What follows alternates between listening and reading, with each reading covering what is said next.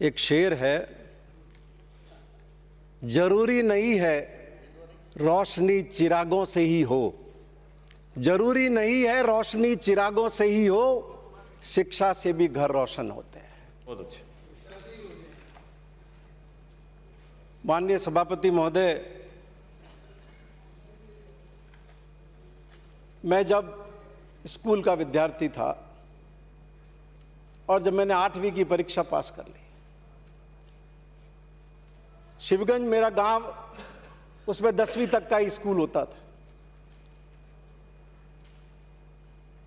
उस समय मुझे यह तय करने की समझ नहीं थी कि मैं आर्ट्स में एडमिशन लूं, कॉमर्स में लूं या साइंस में लूं,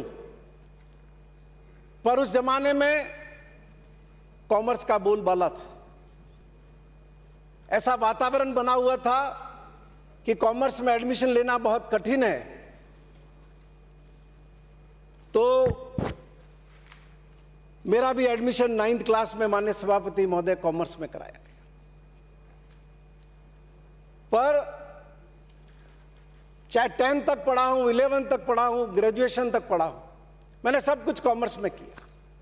लेकिन माननीय सभापति महोदय, मैं पूरे 12 महीने फिलॉसफी और हिंदी साहित्य पढ़ता, और जब एग्जाम का टाइम आता तो कॉमर्स में जाकर के एडमिशन लेता। क्यों? इसलिए कि उस समय मेरे पास कोई ऐसा गाइडेंस नहीं था, कोई ऐसा मार्गदर्शन नहीं था कि मेरी इच्छा क्या है, मेरी समझ क्या है, मेरी रुचि क्या है और मुझे क्या पढ़ना चाहिए। तो मैं कॉमर्स का ग्रेजुएट होकर फिर लॉ का ग्रेजुएट हो गया। लेकिन माननीय सभापति महोदय, मैं धन्यवाद दूंगा राजस्थान के मुख्यमंत्री अशोक गहलोत को कि आज जो मेरे जैसे बच्चे स्कूल में आते हैं, उनके सामने वो परिस्थितियां नहीं है जिन परिस्थितियों का मैंने सामना किया है। आज राजीव गांधी करियर पोर्टल मौजूद है स्कूल के विद्यार्थी के सामने, जो उसमें हर तरह की जागरूकता पैदा करता है। उसको कौन सा विषय लेना चाहिए, उसके लिए उसका मार्गदर्शन करता है। और माननीय सभापति महोदय, इस बात की भी जानकारी उस छात्र को उपलब्ध कराता है कि किस क्षेत्र में रोजगार के अवसर उपलब्ध है, अपनी क्षमता का प्रयोग करके उसको किस दिशा में आगे बढ़ना चाहिए, कौन सी पढ़ाई करनी चाहिए, और वैश्विक परिदृश्य में क्या परिवर्तन हो रहा है, उसकी भी जानकारी माननीय सभापति महोदय हमारा शिक्षा विभाग का ये पोर्टल उपलब्ध कराता है। इस बात की भी पहले कोई व्यवस्था नहीं थी कि विद्यार्थी की लर्निंग आउटकम को हम कैसे ट्रैक करें। आज हमारे शिक्षा विभाग ने शाला संबलम ऐप के जरिए माननीय सभापति महोदय विद्यार्थी की लर्निंग आउटकम को भी ट्रैक करने की व्यवस्था की है। माननीय सभापति महोदय, मैं आपके माध्यम से निवेदन करूंगा, हालांकि विगत 2-3 साल के समय में कोरोना के कारण हमारी शिक्षा व्यवस्था बहुत प्रभावित रही है, हमारे बच्चे बहुत प्रभावित रहे, लेकिन हमारे बच्चों का सर्वांगीण विकास हो, हर क्षेत्र के अंदर उनके व्यक्तित्व का निर्माण हो, इसलिए राजस्थान के मुख्यमंत्री अशोक गहलोत साहब ने शनिवार को नो बैग डे का फैसला किया। और माननीय सभापति महोदय, उनका यह फैसला हमारे बच्चों के सर्वांगीण विकास का एक कारक बना है। पहला शनिवार राजस्थान को पहचानो, दूसरा शनिवार भाषा कौशल विकास, तीसरा शनिवार खेलेगा राजस्थान, बढ़ेगा राजस्थान, चौथा शनिवार मैं भी हूं वैज्ञानिक, और 5वां शनिवार बाल सभा मेरे अपनों के साथ। माननीय सभापति महोदय, आपने स्वयं अनुभव किया होगा, जब स्कूल में गए होंगे और आपने बच्चों को पूछा होगा कि शनिवार को तुम्हारे क्या होता है, तो सारे बच्चों ने बताया होगा आपको कि हमारे यहाँ ये होता है। मैं भी अनेक स्कूलों में गया, मैंने जानकारी ली, और जिस प्रसन्नता के भाव से विद्यार्थियों ने अपने अनुभव शेयर किए, मैं राजस्थान के माननीय मुख्यमंत्री जी को धन्यवाद देना चाहता हूँ। माननीय सभापति महोदय, कोविड महामारी के दौरान हर कोई चिंता था, जैसा कि अभी पूर्व शिक्षा मंत्री जी ने भी अपनी चिंताएं प्रकट की, लेकिन उस चिंता के माहौल में अपने बच्चों के लिए हम कैसे व्यवस्था कर सकते हैं, क्या बेहतर हम कर सकते हैं, वो एक लोक कल्याणकारी सरकार का कर्तव्य हो। और माननीय सभापति महोदय, मैं आपके माध्यम से निवेदन करूंगा कि smile social media interface for learning enhancement, इसके जरिए 20,000 व्हाट्सएप ग्रुप बना करके 13 लाख विद्यार्थियों को माननीय सभापति महोदय पाठ्य सामग्री उपलब्ध कराएगी। और मैं आपके माध्यम से निवेदन करूंगा, आओ घर से सीखें, पहली से 8वीं तक के बच्चों के लिए कार्य पुस्तिकाओं का वितरण किया गया।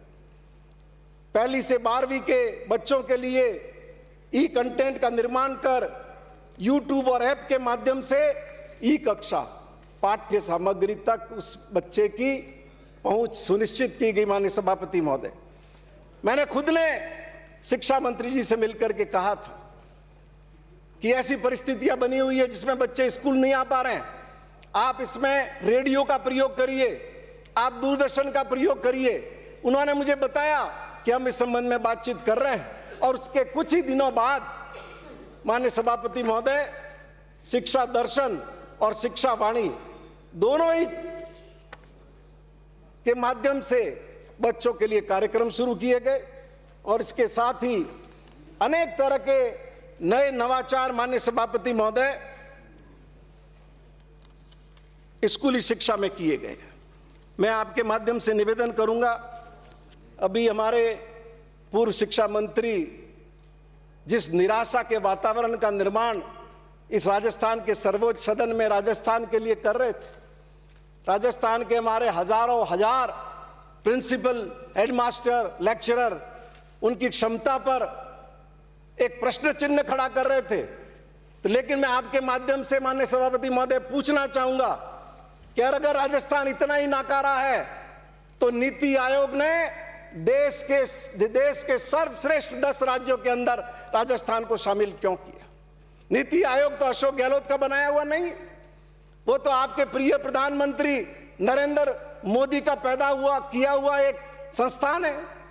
माननीय सभापति महोदय, मैं आपके माध्यम से यह भी निवेदन करना चाहूंगा कि परफॉर्मेंस ग्रेडिंग इंडेक्स में क्या कारण है कि राजस्थान को 1000 में से 859 अंक मिले, ग्रेड 1+ मिला, और ये किसने दिया?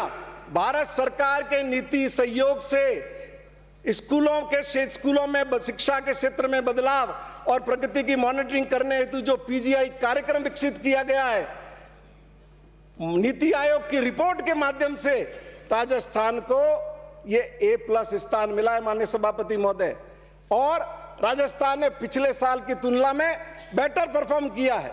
और जो हमारे पड़ोस के राज्य हैं उत्तर प्रदेश, मध्य प्रदेश, वो राजस्थान से पीछे है।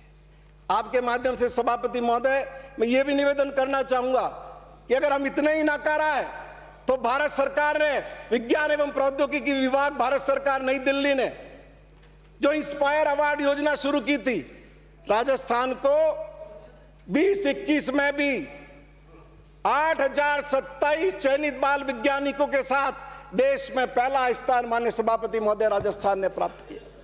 और इतना ही नहीं माननीय सभापति महोदय, 21-22 में भी 10,019 चयनित बाल वैज्ञानिकों के साथ पूरे हिंदुस्तान के अंदर राजस्थान ने देश में सर्वोच्च स्थान प्राप्त किया।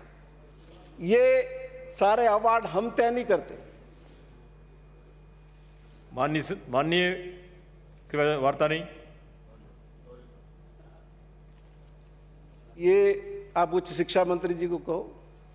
सारी बात ये इस कान से घुसेगी नहीं तो फिर राजस्थान में कर क्या कर पाएंगे।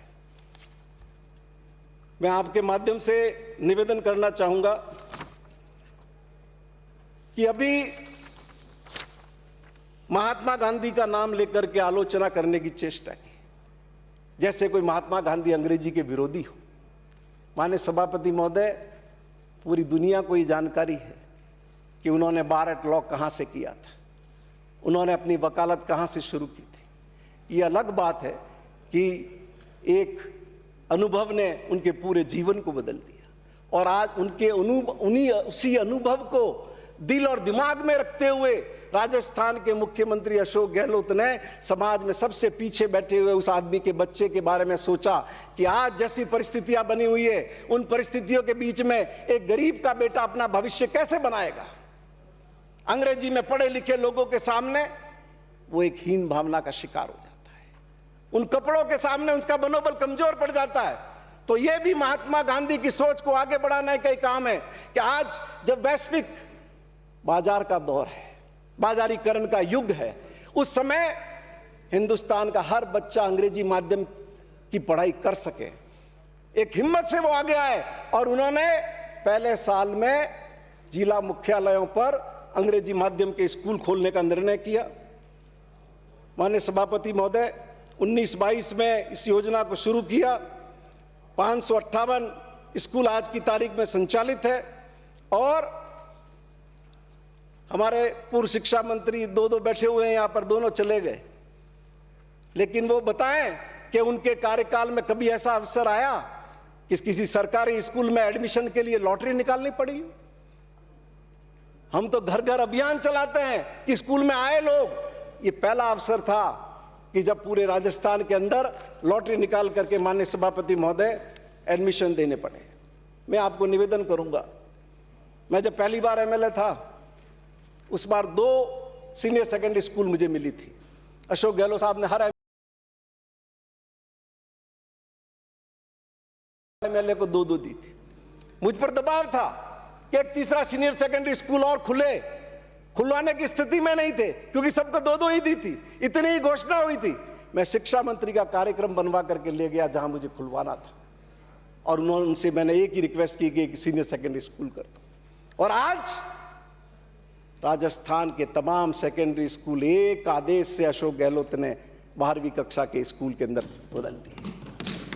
इससे बड़ा क्रांतिकारी कोई निर्णय नहीं हो सकता, इससे बड़ी हिम्मत का कोई निर्णय नहीं हो सकता। और पिछले 3 साल में भी मैं आपको निवेदन करूंगा कि इस सरकार ने प्राइमरी स्कूल खोले, मिडिल स्कूल खोले, मिडिल से सेकेंडरी खोले और सेकेंडरी से सीनियर खोले, एक्स्ट्रा फैकल्टी खोली, साइंस फैकल्टी खोली, एग्रीकल्चर फैकल्टी खोली, सारी फैकल्टी। तो तमाम विपरीत परिस्थितियों के बाद भी इस बात में माननीय सभापति महोदय कोई कमी नहीं उन्होंने आने दी। अभी हमारे मित्र जिक्र कर रहे थे बिरला सभागार का कि जब शिक्षकों ने ऐसा कहा तो हमारा सिर शर्म से झुक गया। अरे मैं पूछना चाहता हूं, जब आपकी पार्टी का राष्ट्रीय अध्यक्ष रक्षा सौदे के अंदर दलाली में डॉलर ले रहा था तब आपका सिर शर्म से क्यों नहीं झुक गया था? और मध्य प्रदेश के उस 5 स्टार होटल में वाजपेयी सरकार का मंत्री दिलीप सिंह जूदेव जब उस 5 स्टार होटल में कह रहा था पैसा खुदा तो नहीं लेकिन खुदा से कम भी। माननीय सदस्य माननीय सभापति महोदय, जब एक केंद्रीय मंत्री 5 स्टार होटल के अंदर पैसे ले रहा था तब तुम्हारा सर शर्म से क्यों नहीं झुका? माननीय सभापति महोदय, मैं आपके माध्यम से निवेदन करना चाहूंगा,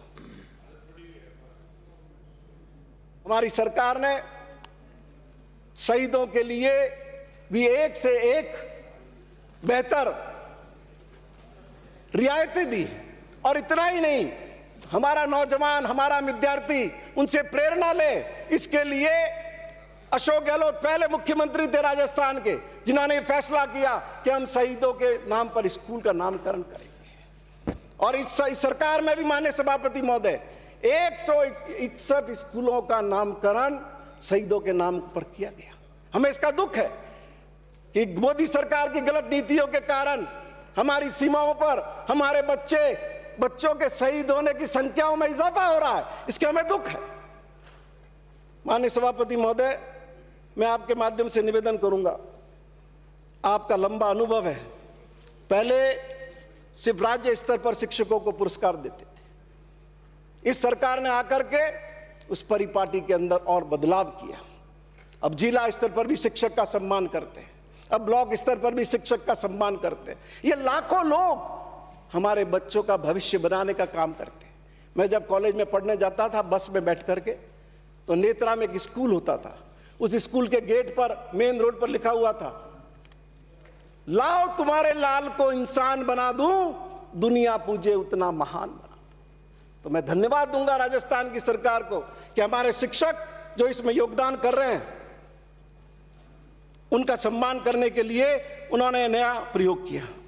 अभी हमारे मित्र कह रहे थे नई शिक्षा नीति, मैं पूछना चाहूंगा कि नई शिक्षा नीति में यह कहा है कि शिक्षा पर जीडीपी का 6% खर्च करेंगे। क्या हिंदुस्तान की मोदी सरकार ने जीडीपी का 6% शिक्षा पर खर्च करने का निर्णय किया? माननीय सभापति महोदय, दुनिया के जितने देश, दूसरे देश देखिए, आप ब्राजील देखिए, आप यूके देखिए, जीडीपी का कितना % पैसा शिक्षा पर खर्च करते हैं।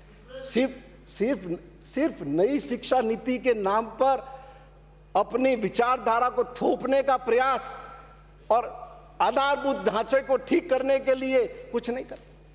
स्वदेशी जागरण मंच बना करके पूरे देश के अंदर विदेशी चीजों का विरोध करते रहे, और जब शासन में आए तो क्या कर रहे हैं? और अब आपको ताज्जुब होगा, विदेशों के सारे प्रतिष्ठित शिक्षा संस्थानों को भारत में अपना कैंपस खोलने के लिए मोदी सरकार ने अलाउ कर दिया। अभी हमारे मित्र कह रहे थे कि इनकी कमियां हैं, कमियों को गिना रहे थे। मैं निवेदन करूंगा, इतना बड़ा शिक्षा का क्षेत्र है, कमियां बनी रहेगी, सारी कमियों की पूर्ति कोई नहीं कर सकता। लेकिन आप जो 300 से ज्यादा सीटों का बहुमत लेकर के हिंदुस्तान की हुकूमत में आए हैं, 25 सांसद राजस्थान से आप लेकर के गए हैं, और यहां राजस्थान की विधानसभा में बिजली नहीं होने की बात गिनाते हैं, तो मैं आपके माध्यम से निवेदन करना चाहता हूं, यह सही है कि राजस्थान में अतिरिक्त कक्षा कक्ष की 66,332 अतिरिक्त कक्षा कक्ष की कमी है। एकल कक्षा कक्ष वाले विद्यालय 1128 हैं, भवन विहीन विद्यालय 290 हैं, किराए के भवन में संचालित विद्यालय 166 हैं, किराए रहित भवन में संचालित विद्यालय 687 है, और विद्युत अनुपलब्धता वाले विद्यालय 18,000 है। लेकिन और मरम्मत योग्य विद्यालय भवन 6,243 है, एकल शौचालय वाले विद्यालय की संख्या 1,090 है, 4 दीवारी विहीन विद्यालयों की संख्या 9,892 है, प्रधानाध्यापक कक्ष की अनुपलब्धता वाले विद्यालयों की संख्या 12,036 है। ये सच्चाई है। लेकिन राजस्थान सरकार की ओर से माननीय सभापति महोदय 2020-21 में भारत सरकार को 1,030 करोड़ रुपए के 49 भवन विहीन विद्यालयों के नवीन भवन, 31 जर्जर विद्यालय हेतु नवीन भवन, 4,060 अतिरिक्त कक्षा कक्ष, 881 कंप्यूटर कक्ष, 262 पुस्तकालय कक्ष, 1207 विज्ञान प्रयोगशाला, 1178 आर्ट एंड क्राफ्ट कक्ष, प्रधानाचार्य एवं 668 विद्यालय भवनों में मरम्मत कार्य प्रस्तावित किए गए थे, जिसमें भारत सरकार ने 1,030 करोड़ के विपरीत कितने पैसे मंजूर किए? 91 करोड़। आपको लज्जा नहीं आती? इस विधानसभा में खड़े रह करके बिजली की अनुपलब्धता की बात करते हैं, और जिस राजस्थान की जनता ने आपकी पार्टी के 25 सांसद जिता करके दिए, अगर वहां का राज्य आपसे अपने बच्चों के भविष्य के लिए 1,000 करोड़ रुपए मांगता है, आप उनको ला करके 91 करोड़ रुपए बनाते हैं। लज्जा तो आपको इस बात पर आनी चाहिए। अंकित नहीं होगा। माननीय सभापति महोदय, मैं इसके आगे भी आपको निवेदन कर बार ये मैंने 20-21 का आंकड़ा आपके सामने पेश किया, मैं 21-22 का भी आपको निवेदन करता हूं।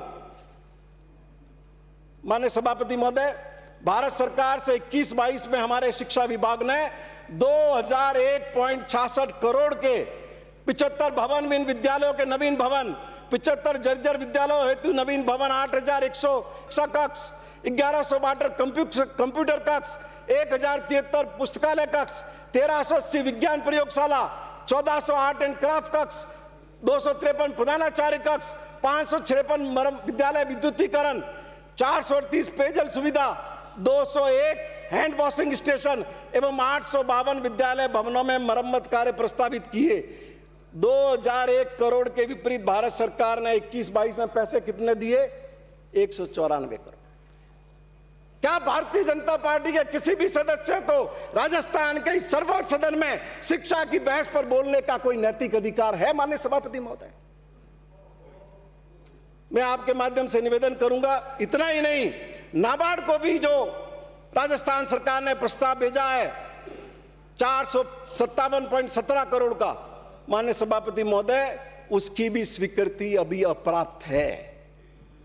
इसलिए मैं आपके माध्यम से ये विनती करूंगा, खासतौर पे प्रतिपक्ष के नेता से, वो वर्षों शिक्षा मंत्री रहे, उनको इसकी गंभीरता को समझना चाहिए और प्रधानमंत्री जी से समय लेना चाहिए। और राजस्थान की जिन कमियों का, शिक्षा जगत की कमियों का मैंने जिक्र किया है, ये सदन में आश्वासन देना चाहिए कि वो आने वाले 2-3 महीनों के अंदर प्रधानमंत्री से मुलाकात करके हमारी इन कमियों की पूर्ति करेगा। और राजस्थान में ये जितनी कमियों का मैंने आपको जिक्र किया है, 12,500 करोड़ रुपए अगर भारत सरकार दे दे, इन सारी स्कूलों को हम इन सारी कमियों से खत्म करके इनको शैक्षणिक वातावरण को और बेहतर बनाने की दिशा में हम माननीय सभापति महोदय आगे बढ़ सकते हैं। अब के मैं आपके माध्यम से निवेदन करूंगा, भारत सरकार नई शिक्षा नीति लेके आई है, लेकिन आपकी जानकारी में है कि इनका एजेंडा हमेशा राजनीतिक एजेंडा रहता है। आज भारत के अंदर माननीय सभापति महोदय, राजस्थान की कमियां गिनाने की जरूरत नहीं। 11 लाख सरकारी स्कूल भारत के अंदर ऐसे हैं माननीय सभापति महोदय, कुल 11 लाख सरकारी स्कूल है, उसमें 4 लाख में 50 से भी कम स्टूडेंट हैं। 1,10,000 में 20 से भी कम विद्यार्थी है पूरे देश के अंदर। और जो सर्वे करवाया गया है एनुअल स्टेटस ऑफ एजुकेशन के द्वारा, सिर्फ 19% पीरियड टीचर्स के द्वारा लिए जाते हैं, 19%। और बाकी का समय किसमें जाता है माननीय सभापति महोदय? हम उनसे कौन सा काम करवाते हैं? इलेक्शन ड्यूटी का। हम कौन सा काम करवाते हैं? डाटा कलेक्शन का। हम कौन सा काम करवाते हैं? मिड डे मील बांटने का। अगर हम चाहते हैं कि हमारे शिक्षकों की पूरी क्षमता का प्रयोग हमारे बच्चों को पढ़ाने में हो, तो मैं आपके माध्यम से विनती करना चाहूंगा शिक्षा मंत्री जी से भी और प्रतिपक्ष के नेताजी से भी कि वो इस पर ध्यान दें, जिससे हमारे शिक्षक इस अनावश्यक बोझ से मुक्त हो। और मैं ये विनती करूंगा, कितना तनाव में रहते हैं शिक्षक, इन कारणों से भी आप उनकी काउंसलिंग करवाइए, आप विदेशों में उनको प्रशिक्षण के लिए भेजिए। अगर आप उनका स्तर सुधारना चाहते हैं तो जब तक ये सब चीजें आप नहीं करेंगे, उनके स्तर में सुधार नहीं होगा। माननीय सभापति महोदय, मैं आपके माध्यम से विनती करूंगा कि ये जो बजट शेयर है, बजट में परसेंटेज है, वो लगातार मोदी सरकार आने के बाद शिक्षा का घट रहा है।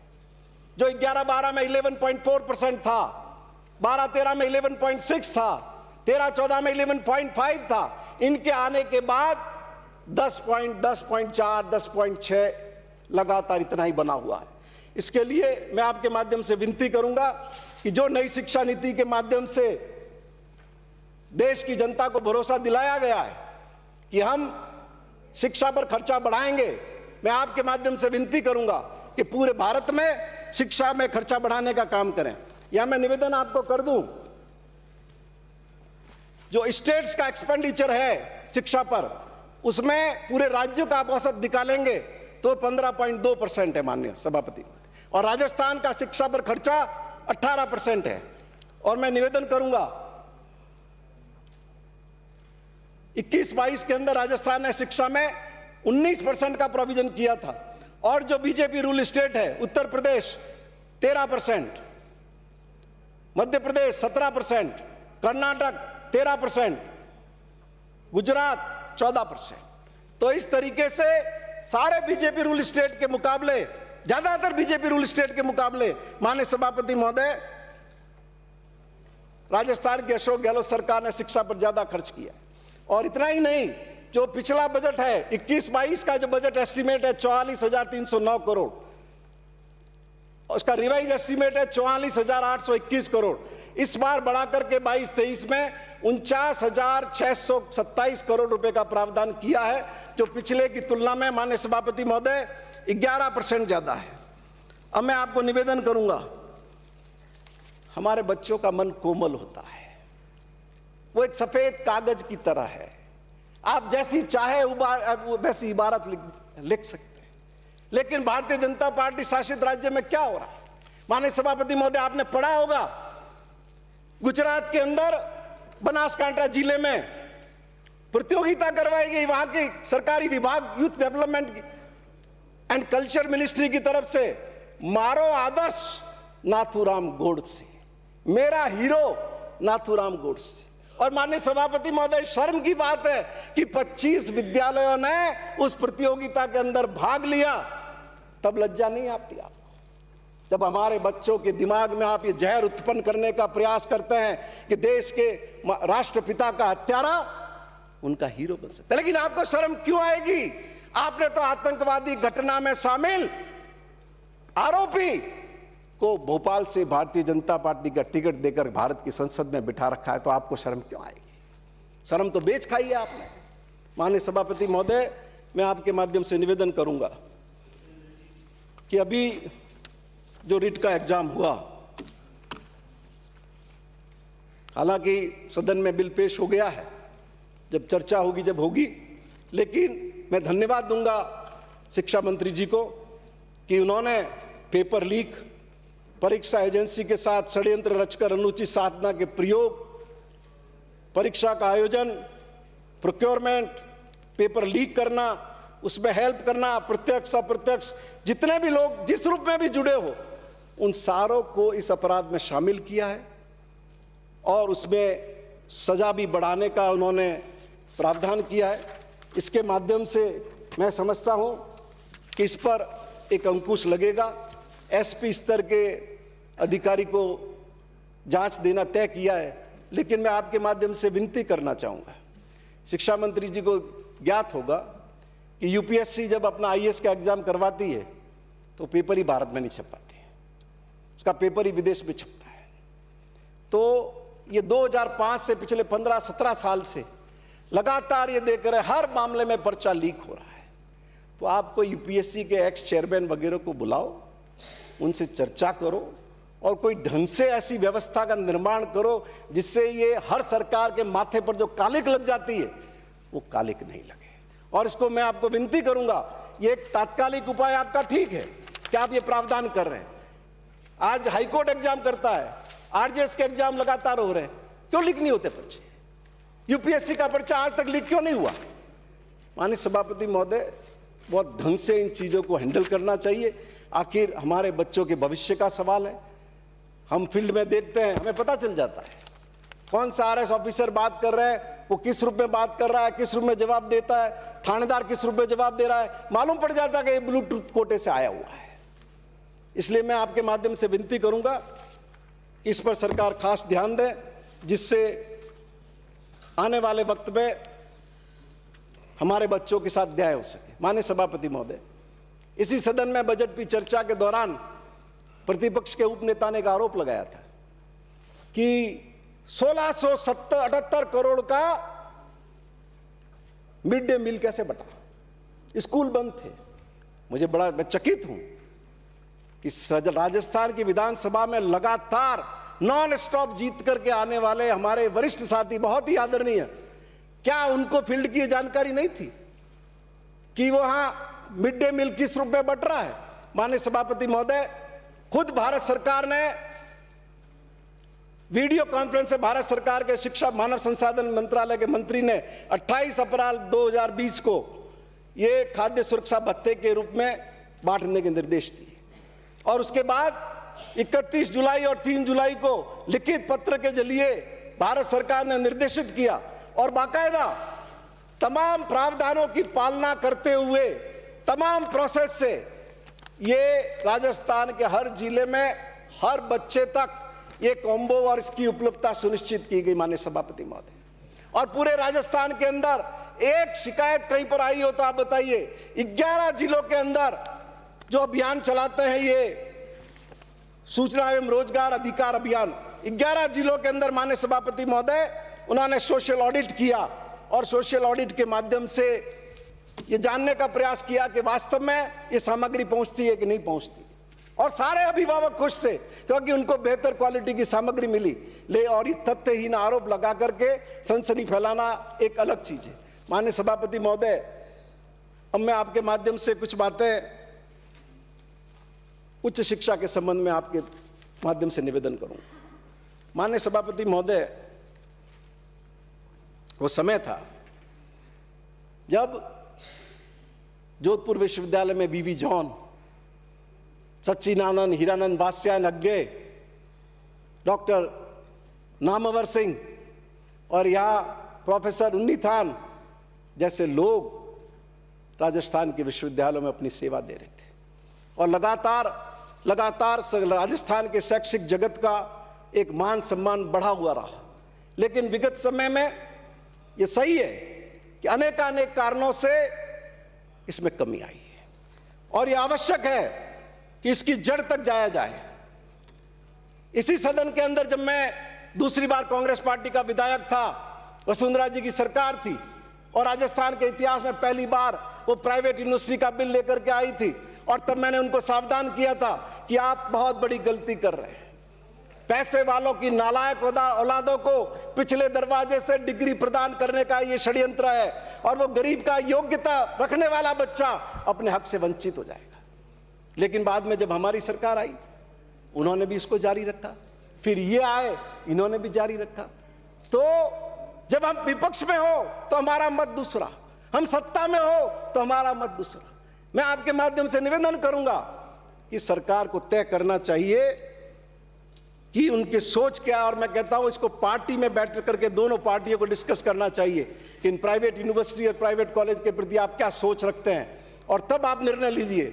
माननीय सभापति महोदय, कांग्रेस ने वायदा किया था कि हम एजुकेशन रेगुलेटरी अथॉरिटी का गठन करेंगे और ये बहुत आवश्यक है और इसके संबंध में लगातार कार्रवाई हुई है।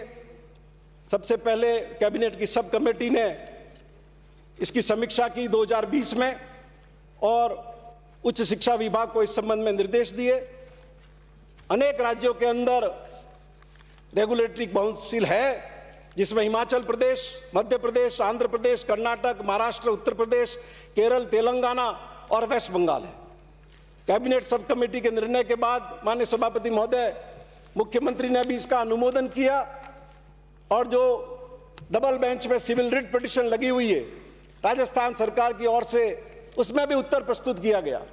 मैं आपके माध्यम से निवेदन करूंगा कि इस दिशा में जो प्रारूप बना है, पहले राजस्थान राज्य शिक्षा नियामक प्राधिकरण के विधेयक का ड्राफ्ट डॉक्टर नईम कमेटी ने गठित किया जिसको उसने प्रस्तुत किया और उसके बाद डॉक्टर देव स्वरूप की अध्यक्षता में कमेटी का गठन किया गया है।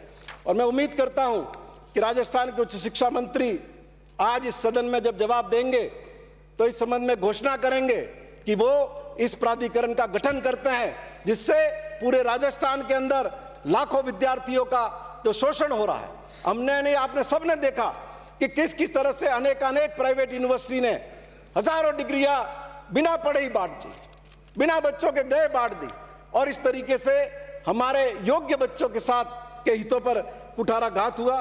माननीय सभापति महोदय, मैं आपके माध्यम से निवेदन करूंगा सरकारी यूनिवर्सिटी के बारे में और खास तौर पे वाइस चांसलर के अपॉइंटमेंट के बारे में। मैं एक चिट्ठी आपको पढ़ के सुनाता हूं जो 17 अगस्त 2012 को लिखी गई माननीय मुख्यमंत्री जी को। Dear chief minister, it has been brought to my notice that there are several matters relating to the state universities which are either awaiting resolution or are going into litigation for want of an effective dispute resolution and control mechanism at the level of the chancellor of these universities. In this context, while I am given to understand that certain corrective steps are proposed to be taken when finalizing the legislation related to the 7 new universities proposed in the state budget of 2012-13, Similar provisions are lacking in the case of the existent state universities with exception of Savai Keshwanand Rajasthan Agriculture University Bikaner and Rajasthan University of Veterinary and Animal Science Bikaner. इसके बाद में और भी कुछ लिखा गया। माननीय सभापति महोदय, इस पत्र की पालना में तत्कालीन राजस्थान सरकार ने संशोधन कर दिया और जो प्रोविजन पहले था हमारी अलग अलग यूनिवर्सिटी के एक्ट में वाइस चांसलर के अपॉइंटमेंट को लेके, the vice chancellor shall be a whole time paid officer of the university and shall be appointed by the chancellor on the advice of state government upon recommendation of a selection committee consisting of so and so. अब आपने इस चिट्ठी के बाद में क्या किया? इस चिट्ठी के बाद में आपने संशोधन कर दिया